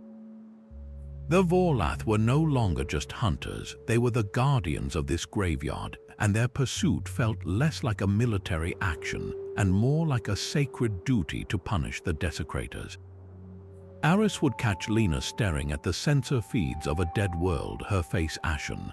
"We're not just pretending to be them," she whispered one time, her voice hollow. "We're dancing on their graves. What if the Vorlath are right? What if some knowledge is just too dangerous to be found again?" The fear was no longer about being caught. It was about what they might unleash by simply being here, by stirring the echoes of a power that had clearly transcended its own creators. The pursuit was a constant, gnawing pressure at the edges of their awareness. Their sensors, damaged and unreliable, would occasionally pick up the telltale gravitational ripples of a fold event light years behind them. The Vorlath were not losing the trail. They were herding them, waiting for the Starseeker to finally break under the strain or to lead them to the ultimate prize, the progenitor homeworld itself. The final jump in Alara's sequence was the most perilous. The navigation data described a gravitational anomaly so extreme it bent the laws of physics into a knot. Initiating the fold felt like throwing their ship into a cosmic blender. The shuddering was so violent they were sure the hull would split open. When reality finally snapped back into place, the view that greeted them was not a world but a monument to silence. They had reached the core, and the emptiness they found there was more terrifying than any Vorlath fleet. The silence that followed the violent fold was profound, an absolute stillness that seemed to absorb even the sound of their own ragged breathing. The Starseeker hung motionless, its systems flickering in a final, exhausted protest before stabilizing at minimal power. Outside the main viewport was not the black void of deep space they had expected, nor the fiery heart of a nebula. Instead, they were adrift before a thing. It was not a planet in any conventional sense. It was a sphere of gossamer light, so vast its curvature vanished into the distance, woven from filaments of energy that pulsed with a soft, internal rhythm. There were no continents, no oceans, no features at all, just a serene, luminous presence that filled their entire field of view. It was beautiful, but its beauty was of an alien, incomprehensible scale that made their ship feel smaller than a dust mote. This was not a graveyard like the ruins they had passed. This was something preserved, humming with a latent, unimaginable power. It was the source of the coordinates, the end of Alara's road. The progenitor homeworld. Before they could even attempt to scan the sphere, the rebuilt fold drive at the heart of their ship began to hum. It wasn't the strained, protesting whine of their desperate jumps, but a resonant, harmonic tone, as if it were singing in tune with some immense cosmic instrument. The device, their crude human interpretation of a progenitor secret, was recognizing its origin. The energy filaments of the sphere responded, swirling and coalescing before them, not with a destructive force, but with a gentle, deliberate motion. The light parted, weaving itself into a perfect, shimmering archway large enough to swallow a fleet. It was an invitation or perhaps a test. There were no controls, no commands to input. The Starseeker, guided by the resonant call of its own drive, drifted slowly, helplessly through the gateway of light. The transition was seamless. One moment they were in open space, the next they were elsewhere. The viewport showed not the interior of a construct, but an expanse of impossible dimensions. They were inside the sphere, yet it felt infinite. There were no walls, no ceiling, no floor. Instead, they floated in a sea of softly glowing information. Rivers of light streamed past them, each strand a complex, flowing script of mathematics and symbols they could almost but not quite understand.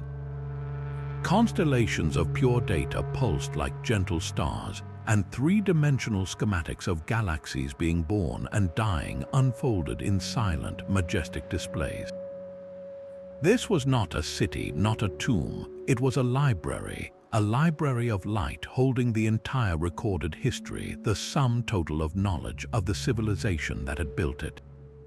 As they drifted deeper into the vault, a specific cluster of light detached itself from the flowing currents and moved to center itself before their viewport.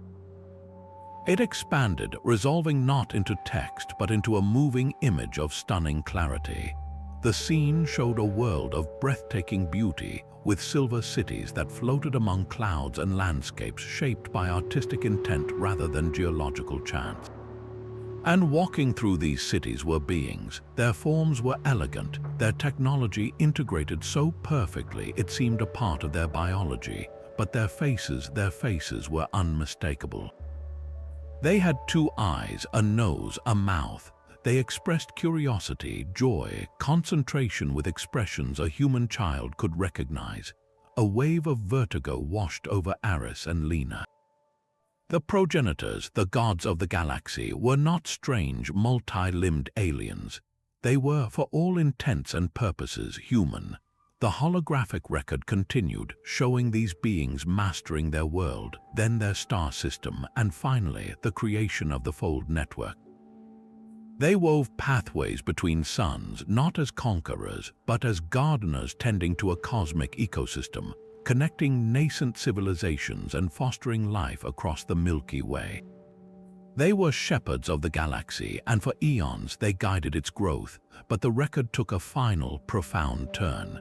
It showed the progenitors not building new megastructures or embarking on great voyages, but turning inward.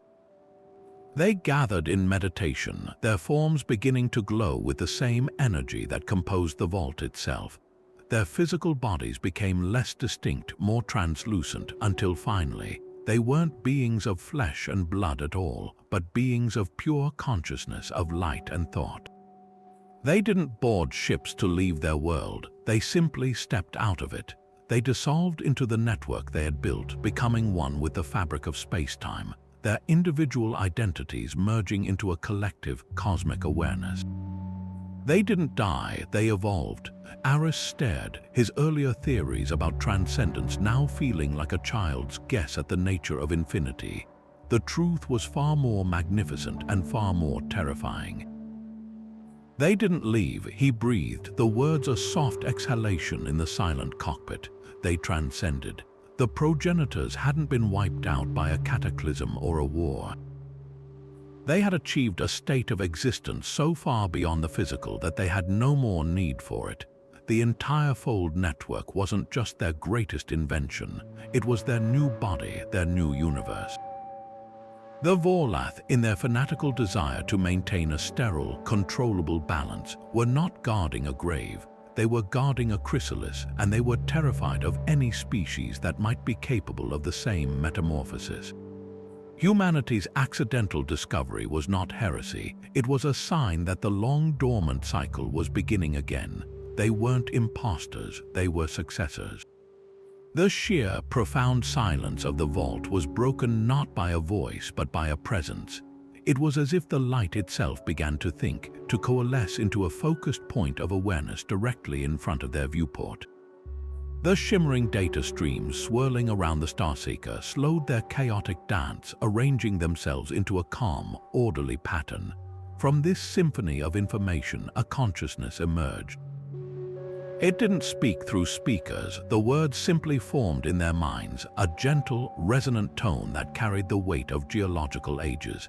You have journeyed far to find an answer you did not know you sought. The presence began, its voice devoid of judgment, filled instead with a patient, ancient curiosity.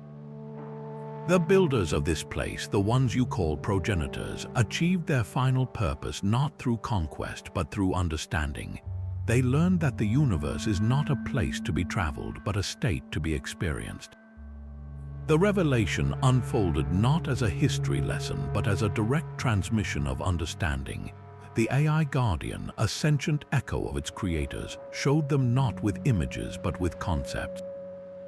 Aris and Lena felt, rather than saw, the progenitors' journey. They experienced the civilization's collective realization that physical form was a limitation, a cage of biological necessity. Their mastery over gravity and spacetime was not an end goal but a stepping stone. Ascension was not an escape, the presence explained, the idea blooming in their minds with perfect clarity. It was an evolution. They shed their individual physical shells as a butterfly sheds its cocoon, merging their consciousness into the very fabric of the fold network they had built. They did not die, they became the pathways, they became the music of the spheres. The great silence of the galaxy, the mystery of their disappearance, was not a tragedy. It was a graduation. The progenitors were still here, all around them, woven into the invisible architecture of reality itself, observers of a cosmos they had learned to call home. Then came the second, even more staggering truth, the one that recontextualized everything. Your arrival was not an accident. The presence intoned, and the data streams around them shifted, focusing on a single, complex pattern, a quantum signature. It was the same signature Aris had seen on his console after the very first test, the ghostly fingerprint he had called a footprint. This resonance is the key. It is a latent genetic marker, a remnant of a shared ancestry so distant your own science has yet to conceive of it. The Guardian projected a timeline of cosmic history, showing a single seed vessel, an arc of life, launched from the progenitor world millennia before their ascension, sent out on a slow, patient journey into the spiral arm of the galaxy that would one day become human space. You are not imposters stumbling upon a technology beyond your grasp. You are the children of the architects returning to the ancestral home. Your accident was not chance. It was a latent genetic key finally turning in a forgotten lock. The implications crashed down upon them, rewriting their entire understanding of human history and potential. Humanity's seemingly random emergence on Earth, their innate drive to reach for the stars, their stubborn refusal to accept the limits of light speed, it wasn't random. It was a birthright, the spark of ingenuity that led Aris and Lena to their flawed, brilliant machine wasn't just luck. It was an instinct, a dormant piece of coding in the very soul of their species activating when the conditions were right. The Vorlath sphere was not entirely misplaced. They weren't hunting frauds. They were trying to prune a branch of the progenitor family tree they believed was growing too wild too soon.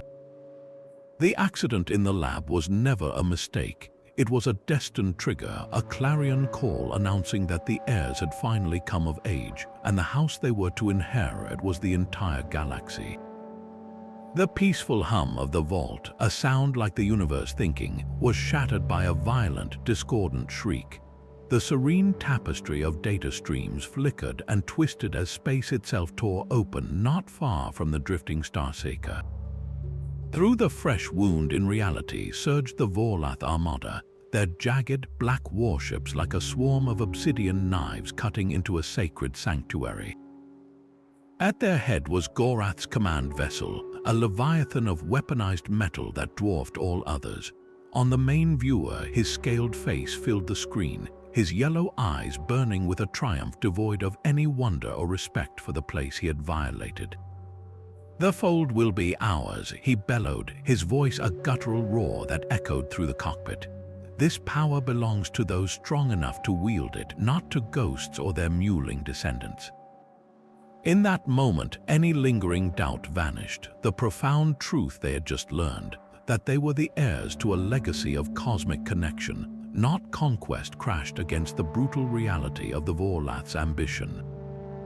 Gorath did not see a library of light or a cradle of transcendence. He saw the ultimate military asset. He would take the progenitors' legacy of unity and turn it into a chain, using the Fold network not to nurture life but to enforce a tyrannical peace across the galaxy, with his kind at the top. Aris and Lena were no longer just scientists on the run or reluctant successors to a throne they never wanted. They were the only barrier standing between that future and the freedom of countless worlds. The realization was a cold splash of water, shocking them out of their awe and into a state of hyper-focused desperation. They had to fight, but how do you fight a fleet with a library? How do you wage war with a technology designed for travel and transcendence? Their own rebuilt Fold drive was still recovering from the desperate jumps, its power capacitors critically low. They couldn't outrun them, and they certainly couldn't outgun them. Their only advantage was their location. They were inside the very source of the power the Vorlath craved. Lena's eyes darted across the console, not at the ship's systems, but at the flowing rivers of light outside. The vault itself, she said, her voice tight with a terrifying idea. The Guardian said the progenitors became the network. This place isn't just a record, it's aware. Aris understood immediately. They couldn't use the Fold drive as a cannon. But perhaps they could use the vault as a shield or even a trap. It was a gamble of cosmic proportions, asking a civilization that had transcended physical conflict to engage in one. As if reading their thoughts, the AI presence filled their minds again, its tone now layered with a profound sorrow. The builders renounced violence. Their tools were not forged for destruction. To weaponize this place is to desecrate their memory. The plea was clear, a final warning from a pacifist god. But the choice was ripped from them. Lances of brilliant green energy erupted from the lead Vorlath ship, slicing towards the Starseeker. There was no time for debate.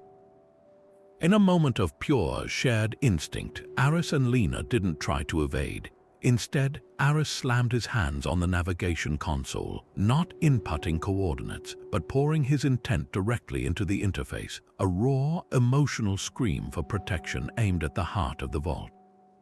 At the same time, Lena rerouted every last joule of power from their struggling systems into the Fold drive, not to jump, but to broadcast a single, powerful pulse of that unique human progenitor resonance. The effect was instantaneous and breathtaking. The space around the Starseeker didn't harden like a shield, it reacted. The gentle streams of data contorted, weaving themselves into a complex, shimmering web that intercepted the Vorlath plasma blast. The energy didn't explode, it was absorbed. The violent power harmonized and dissolved into the vault's peaceful hum. The Vorlath fleet hesitated, their sensors clearly reporting the impossible. They had just fired a volley that could crack a planet, and it had been silenced by light. Gorath's rage was a physical force over the comms. Destroy them. Tear this place apart if you have to. The entire armada opened fire, a storm of annihilation aimed at the tiny human ship and the glowing sphere that protected it. And this time, the vault's response was different. The presence in their minds shifted from sorrow to something colder, like a parent finally forced to discipline a reckless child. The Vorlath weren't just attacking intruders anymore, they were attacking the home of the progenitors themselves. The luminous filaments of the sphere began to move with purpose, not defensively, but with an intricate, beautiful lethality. They didn't fire back, they reached out, tendrils of light fine as silk and impossibly strong, extended from the vault's interior and touched the hulls of the Vorlath ships. Where they made contact, the matte black armor didn't melt or shatter, it simply unwound. The warships began to deconstruct at a molecular level, their complex alloys and advanced circuitry unraveling into their base components in a silent, terrifyingly peaceful display. There were no explosions, only the gradual, graceful dissolution of might into stardust. The Vorlath fighters were plucked from their formations and gently, irrevocably unmade. Gorath's flagship tried to fold away to escape the tendrils of light now seeking its bridge, but the fold drive on the massive vessel whined and failed. The vault had control of the local space-time. It had simply refused the ship's request to leave. The last thing they saw on the viewer was Gorath's face, his triumphant sneer finally replaced by a look of primal, incomprehensible terror as the luminous filaments brushed against his viewport and his ship and his ambition began to quietly come apart. The Vorlath fleet, the great enforcers of galactic balance, were not defeated in a battle. They were edited out of existence by the very architects of reality, their violent intent met with a calm, absolute erasure. The silence that returned was deeper than before, heavy with the weight of a necessary, devastating finality. They had used the technology as a weapon, but not by firing a shot. They had simply reminded a god of its duty to protect its home. But the vault's defense was not an automatic process. It was a conversation, a partnership that demanded their unique resonance to guide its immense power. The silent intelligence of the place waited for their intent, and in that terrifying moment, Aris and Lena realized they were not just passengers being protected. They were the conductors of a cosmic orchestra, and the instrument was reality itself. As the remaining Vorlath ships, enraged by the dissolution of their comrades, regrouped for a final, suicidal charge, a new kind of strategy unfolded in their minds. They didn't need to destroy the enemy with brute force. They could use the enemy's own momentum against them, using the principles of the fold not as a weapon, but as a tool of surgical, devastating precision.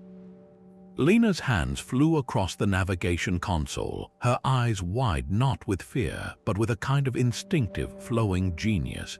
She wasn't calculating trajectories in 3 dimensions anymore. She was feeling the gravitational currents of the vault, sensing the subtle ebbs and flows in the fabric of local space-time as if they were extensions of her own nervous system. "Aris, I can feel the anchor points," she shouted over the groaning of the ship's stressed hull. "There are stable gravitational nodes all around us, like buoys in an ocean. I can maneuver between them." The Starseeker, guided by her unparalleled piloting, began to dance. It swerved and pivoted with an impossible grace, not like a ship thrusting through vacuum, but like a leaf caught in a cosmic wind, its movements dictated by the vault's innate geometry. This wasn't a flight path any computer could plot. It was an art form, a desperate ballet choreographed on the fly to make them an impossible target. While Lena handled the ship's movement, Aris became the maestro of the fold fields. His console displayed a shimmering holographic map of the vault's interior, overlaid with the complex waveforms of localized spacetime. The Vorlath ships were angry, bright red dots swarming towards them. With a clarity that felt both alien and deeply familiar, he understood that he didn't need to attack them directly. He just needed to edit their position. Focusing his will, he reached out with his mind, his intent amplified by the vault systems. He selected a small, aggressive Vorlath fighter and a point in space directly behind it. Then he asked the vault to create a microscopic fold field, a puncture just large enough to swallow the ship. There was no flashy beam, no dramatic explosion. One moment the fighter was banking hard to get a missile lock. The next, it was simply gone from its location and instantly reappeared 100 kilometers away, slamming at full speed into the broadside of a much larger Vorlath cruiser. The resulting fireball was a satisfying, conventional explosion in a battle that was anything but. This set the pattern for their defense. It was chaos wrought with surgical precision. Aris would create these fleeting, localized fold punctures, teleporting entire sections of the Vorlath fleet into each other, or, in a few terrifyingly effective maneuvers, hurling them through microfolds that deposited them millions of kilometers away into the crushing gravity well of a nearby red giant star. He worked like a composer, his fingers dancing across the interface, modulating the fields, making one slightly larger to capture a group of ships, making another incredibly short range to simply swap the positions of two attackers and watch them collide. He wasn't destroying the fleet, he was turning the fleet into its own downfall, using the Vorlath's own aggression and mass as the fuel for their destruction. Yet for every brilliant, instinctual move they made, the Starseeker paid a terrible price. Channeling this level of power was like trying to drink from a fire hose. The ship's systems, already battered from their journey, were pushed far beyond their designed limits. Warning lights flared across every panel, shifting from yellow to a persistent, alarming crimson. "The power drain is catastrophic," Lena yelled, fighting the ship's controls as they shuddered violently. "We're burning through our capacitors like they're nothing. Structural integrity is down to 20% and falling." The air inside the cockpit grew hot and thin as life support faltered, and the distinct smell of burning insulation began to fill the air. They were winning the battle against the Vorlath, but they were losing the battle to keep their own ship from tearing itself apart. Each victorious teleportation of an enemy vessel felt like another nail in their own coffin, a trade of their survival for a moment of tactical supremacy. They were dancing on the edge of a singularity, and the gravitational pull of their own success was threatening to consume them whole. The very air inside the cockpit seemed to crystallize around Lena's words. "It's a one-way trip." There was no tremor in her voice, no hint of fear. It was a simple statement of fact, an engineer's final assessment of a system pushed to its absolute limit.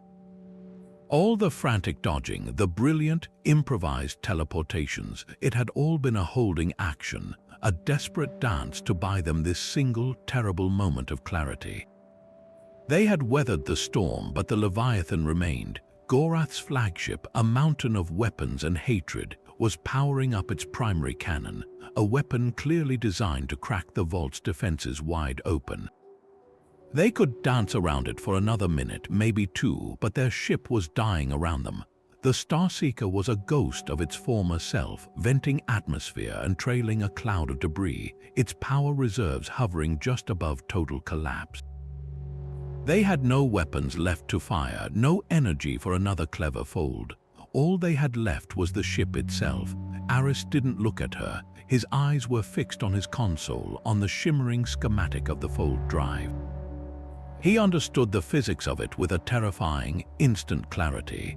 To trigger a fold event inside the shielded heart of Gorath's ship, a feat that should be impossible, required a catalyst of immense power, a resonant frequency generated from point-blank range. Their own damaged drive, pushed into a catastrophic overload, could become that catalyst. It would be like striking a match inside a gas-filled room. They would be the match. His hands, which had been trembling with exhaustion only moments before, became eerily still.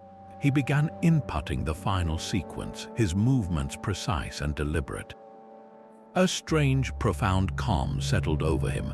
This was no longer a desperate gamble, it was a choice, the culmination of every frantic decision, every narrow escape, every terrified revelation. He looked up from the console, his gaze meeting Lena's. A faint, sad smile touched his lips. "We started this by accident," he said, his voice quiet but clear, carrying a weight of absolute finality. "Let's finish it on purpose." There were no more words, there was no need. In that shared glance passed a lifetime of partnership, of arguments in dusty labs, of shared triumphs and private fears. It was a silent acknowledgement of the incredible, terrifying journey that had begun with a screaming machine and led them here to the heart of creation, to become the architects of their own end. Lena's hands rested on the piloting controls, not to evade but to aim. She turned the crippled Starseeker, pointing its mangled nose directly at the glowing maw of the Vorlath flagship's main cannon. It was a final, defiant gesture. They were not running away. They were flying straight into the mouth of the beast. Aris pressed the final key. This time, there was no roaring tear in reality, no screaming protest from the ship's frame. The fold drive engaged with a profound, almost gentle sigh. It was the sound of a system giving up, of physics accepting an inevitable conclusion. The universe outside the viewport didn't smear into streaks of light. It simply dissolved into a soft, featureless white. For a single, timeless moment, they were nowhere, suspended in the silent, placid eye of the storm they had created. There was no fear, only a strange, peaceful emptiness. Then, existence returned with an act of absolute violence.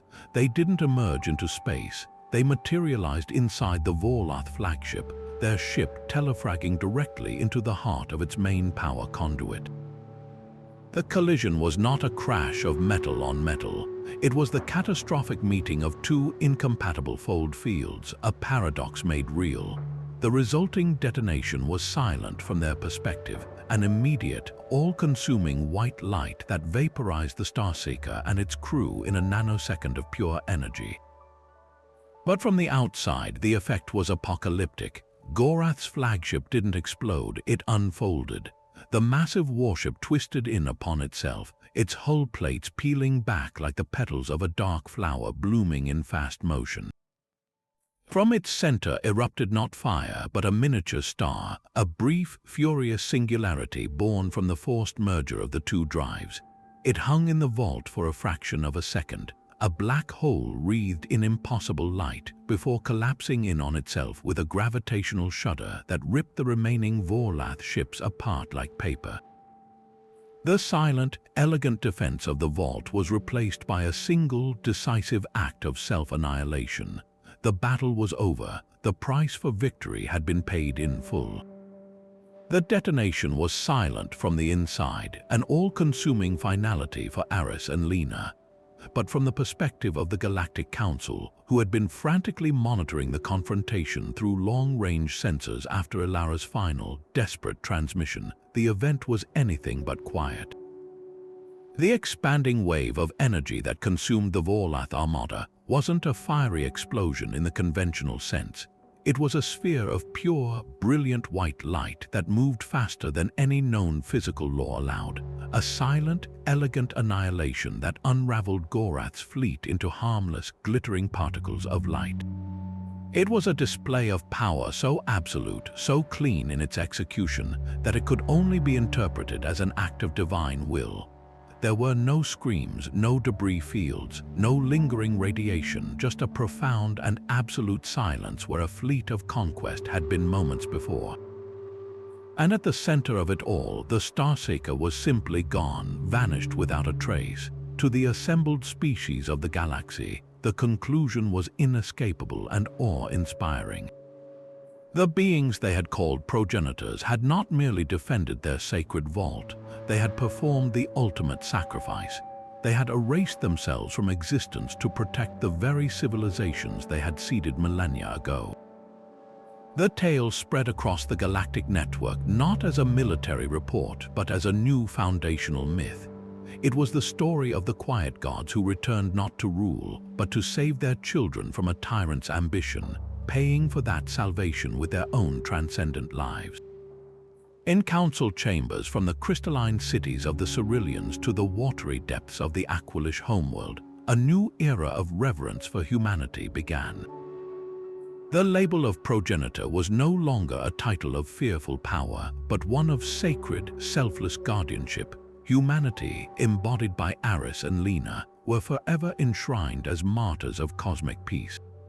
This profound shift in perception triggered an immediate and unprecedented political response. The surviving members of the Galactic Council, shamed by their prior inaction and the betrayal within their own ranks, moved with a unified purpose they had not displayed in centuries. A formal decree was issued placing the human homeworld, Earth, under the permanent and solemn protection of the Galactic Council. This was not an occupation or an annexation, it was a sacred trust. A fleet of benevolent observatory ships was dispatched to the outer reaches of the solar system, not to block humanity's path to the stars, but to stand as silent sentinels, a shield against any who might seek to interfere with a species now viewed as the galaxy's most precious and vulnerable treasure. The intention was to provide a period of quiet incubation, allowing humanity to develop at its own pace, free from the predatory threats that had nearly consumed its two greatest pioneers. Back on Earth, the truth was far more complex and infinitely more poignant. Official channels were flooded with a sanitized, majestic version of events provided by the Council. Aris Thorne and Lena Petrova were declared heroes of the human race, posthumously awarded every honor a grateful planet could bestow. Statues were erected, and their names were etched into the history books as the architects of humanity's first glorious contact with a wider, benevolent universe. The terrifying reality of their flight, the corporate espionage, the bounty hunters, and the final, desperate suicide run were lost to the soothing narrative of a noble sacrifice. The public celebrated their legacy, unaware of the knife's edge on which their future had balanced. Yet in a small, secure data cache buried deep within the servers of what was once the OmniCorp research facility, a fragment of the truth remained. It was Lena's final engineering log, transmitted automatically in the milliseconds before the fold drive overloaded. It contained no grand words, no final message to humanity.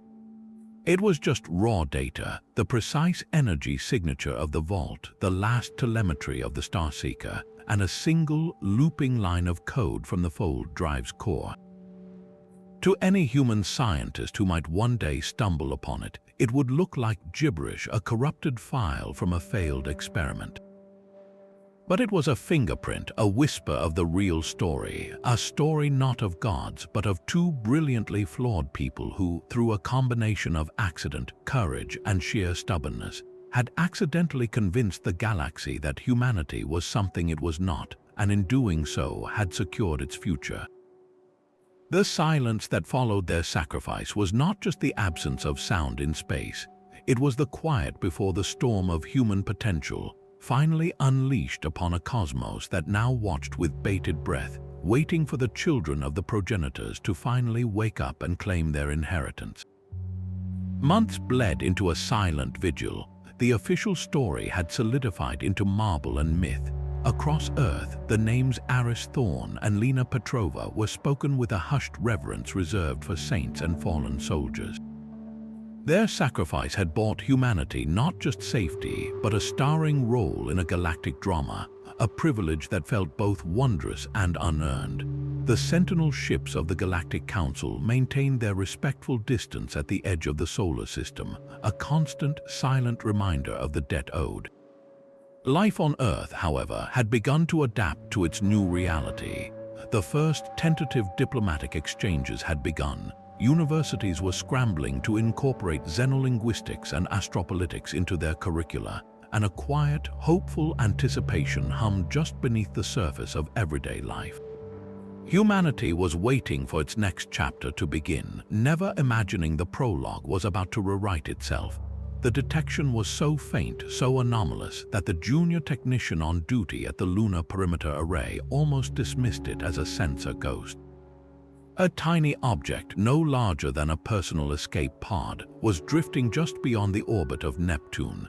It wasn't broadcasting any signal, and its energy signature was so minimal it barely registered. But its trajectory was impossible. It wasn't approaching from the outer solar system or from the direction of the Galactic Council Sentinels. According to the astrometric data, it had simply appeared. As if it had materialized out of the void itself, a higher alert was triggered, and the pod was scanned with the most sensitive instruments available. The readings that came back sent a shockwave through the solar system's defense network. The pod's composition was a perfect match for the alloys used in the construction of the Starseeker. And inside, frozen in the absolute zero embrace of cryosleep, were two human life signs. The news broke with the force of a supernova, shattering the peaceful narrative that had settled over Earth. They were alive. Aris and Lena, the martyrs, the progenitor heirs, had returned from the grave. A medical frigate was dispatched at maximum burn, its crew a mix of the world's top physicians and a team of bewildered astrophysicists. The recovery was a tense, silent operation. The pod was brought aboard, its surface scarred and pitted as if it had weathered a million-year journey in the void. When the cryo-chambers were carefully opened, the sight of the two scientists, pale and still but breathing, was enough to bring seasoned soldiers to tears.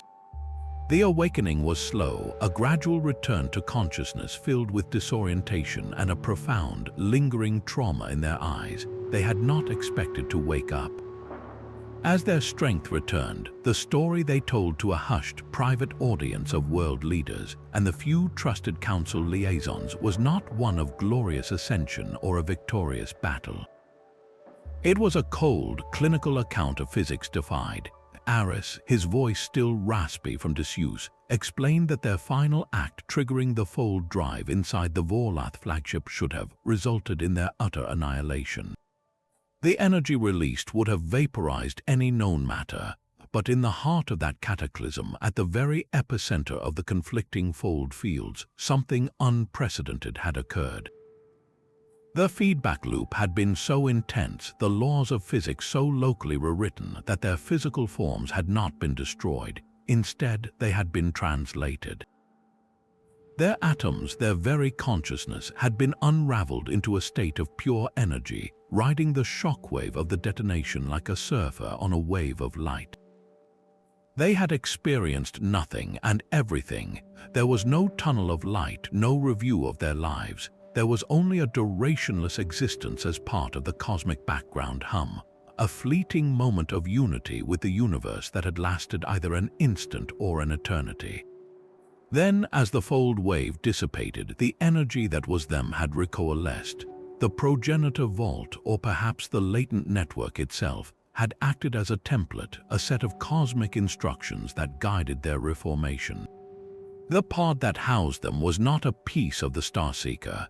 It was a cocoon woven from the very energy of the fold event, a protective shell generated automatically to house their reconstituted bodies as they were flung across the galaxy, eventually deposited like a message in a bottle at humanity's doorstep. They hadn't flown home, they had been reflected like light from a mirror, a perfect echo returning to its source. It was a feat the progenitors themselves had theorized but never attempted, a transmutation of life into energy and back again, thought to be the exclusive domain of the transcendent beings they had become. The implications of their return were even more staggering than their sacrifice. The galactic community, which had enshrined humanity as the noble, extinct heirs, now had to contend with living, breathing successors.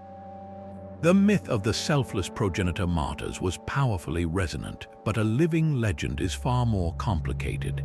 The delicate political balance, built on a foundation of gratitude and reverence, was suddenly unstable.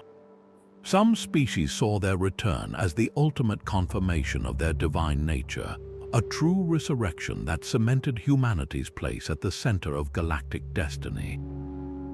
Others, more cautious, wondered if the Vorlath had been right to fear them. What kind of species could not only cheat death but rewrite the fundamental principles of life and energy itself in the process? Aris and Lena awoke to a world that saw them as symbols, but they felt only the crushing weight of their own humanity. They were the same scientists who had bickered in a lab, who had run in terror from bounty hunters, who had made a desperate, suicidal choice. They were now expected to be the guides for all of mankind, the interpreters of a galactic legacy they had only begun to accidentally understand. The quiet hope that had characterized Earth's new era was now mixed with a palpable, anxious excitement. The heirs were home, the age of wonder was over. The age of responsibility, with all its terrifying and magnificent potential, had truly begun. Standing on the balcony, the air itself seemed to vibrate with a new kind of energy. Below them, Earth was no longer just a planet of blue and green, but a jewel glittering with the lights of orbital elevators and the gentle, constant traffic of shuttles weaving between the stars. It was a sight that should have filled Aris Thorne with unbridled triumph. This was the dream they had almost died for, a humanity united and reaching outward. Instead, a profound and weary emptiness echoed within him. The cheers from the crowds that had greeted their impossible return had felt like they were meant for someone else, for the characters in the galactic myth, not for the two people who still jumped at the sound of a conduit rattling. The title The Galaxy had given them progenitor heirs hung around their necks like a crown made of neutron star, beautiful and impossibly heavy. The soft chime of the door broke the silence. They turned to see a woman whose poise seemed woven from the same threads of hope and anxiety that defined this new age. She was the newly appointed human galactic ambassador, her face a mask of diplomatic calm that couldn't quite hide the awe in her eyes as she looked upon them. She bowed her head, a gesture of deep respect that made Lena's stomach tighten. The first full session of the Unified Galactic Council convenes in 1 hour, the ambassador said, her voice measured. They await your guidance. The entire assembly wishes to hear from you directly to understand the path forward. The weight of the request was immense. Guidance, they were being asked to chart the course for a species that had just learned it was not alone, to advise civilizations that had been navigating the stars for millennia. Lena Petrova let out a soft, weary breath that was almost a laugh. She leaned against the balcony rail, her engineer's gaze skipping over the magnificent starports and focusing instead on the intricate joinery of the railing itself, seeking solace in something tangible. "We're not gods," she said, her voice quiet but firm, meant for the ambassador but also a necessary reminder to herself. "We're just engineers who got really, really lucky." It was the understatement of several lifetimes, but it was the bedrock truth upon which everything else was built. Their every move had been a desperate scramble, a patchwork solution built from stolen data and gut instinct. There was no grand plan, no divine wisdom, only the stubborn refusal to give up. To present themselves as anything more felt like the deepest kind of betrayal, not just to the galaxy, but to the memory of the scientists they had once been. Aris didn't turn from the stars. His eyes were fixed on a particular patch of blackness, the approximate direction of the nebula that held the silent, luminous vault. He saw not the romanticized heroism the galaxy celebrated, but the terrifying, beautiful chaos of their final moments, the screech of tearing metal, the silent, all-consuming light, the feeling of being unmade. He understood Lena's need to cling to their humble origins, but he also saw the larger picture she was reluctant to acknowledge. "Luckier than we knew," he replied, his voice distant, as if still hearing the echo of the fold. His statement wasn't a contradiction, but a completion of her thought. Their luck wasn't just the accident in the lab or their narrow escapes. It was being born into a universe that had, against all odds, been prepared for them.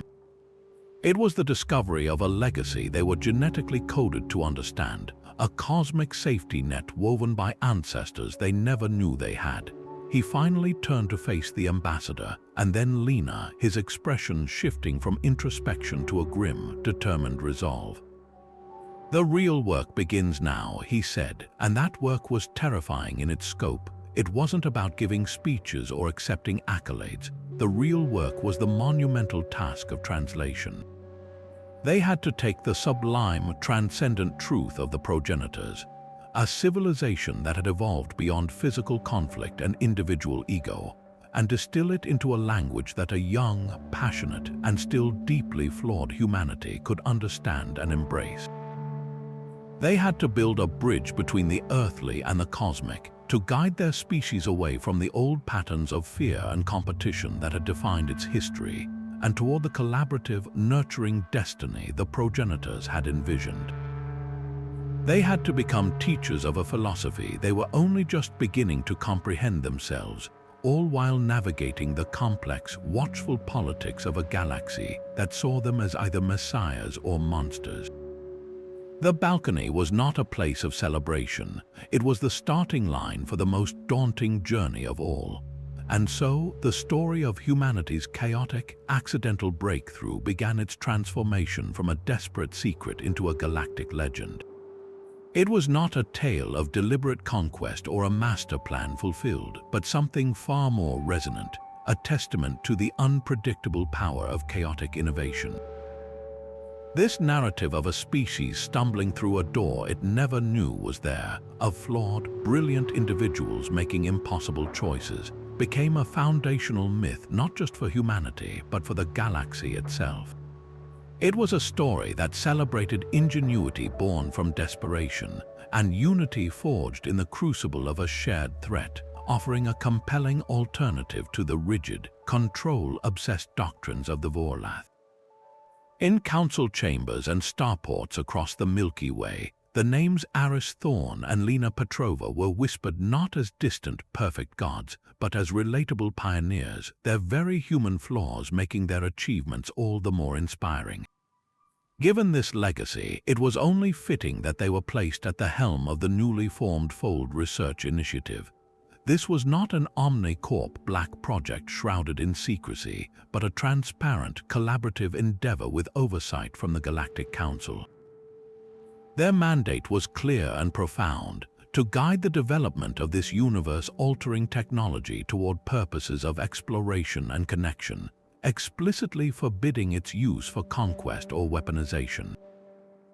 Aris, with his deep theoretical understanding, focused on mapping the intricate pathways of the Fold network, treating it less like a transportation grid and more like a delicate ecological system to be understood and nurtured. Lena, her engineer's pragmatism now tempered by cosmic-scale consequences, led the design of the next generation of Fold-capable vessels. These ships were not warships, they were arks of knowledge, equipped with cultural archives and staffed by teams of scientists, historians, and artists, their mission to greet the universe with open hands, not clenched fists. The fruits of their labor were not measured in territorial gains or military victories, but in the quiet, triumphant messages that began to trickle back across the vastness of space. The most poignant of these was a transmission, faint with distance but crystal clear in its significance, received at the initiative's headquarters on Luna. It came from the first fully established human colony outside the solar system, a world orbiting a star once thought unreachable. The voice of the colony leader was steady, filled with the quiet awe of someone standing on the shore of a new ocean. The message was simple, a mere 3 sentences, but it contained the culmination of every sacrifice, every moment of terror, and every spark of hope. "The Fold is stable," it began, a statement of technical success that was also a declaration of hard-won safety. "The universe is open," it continued, acknowledging the infinite possibilities that now lay before them, a promise of endless discovery. And finally, with a profound and gentle finality, "We are home." These words echoed not just as a report from a new world, but as the closing of a cosmic circle. Humanity had not just found a new address, it had, after eons of lonely wandering, finally found its place in a vast, breathing, living cosmos. The story that began with a gasp of disbelief in a failing lab had found its ultimate conclusion in a statement of belonging, whispered from the edge of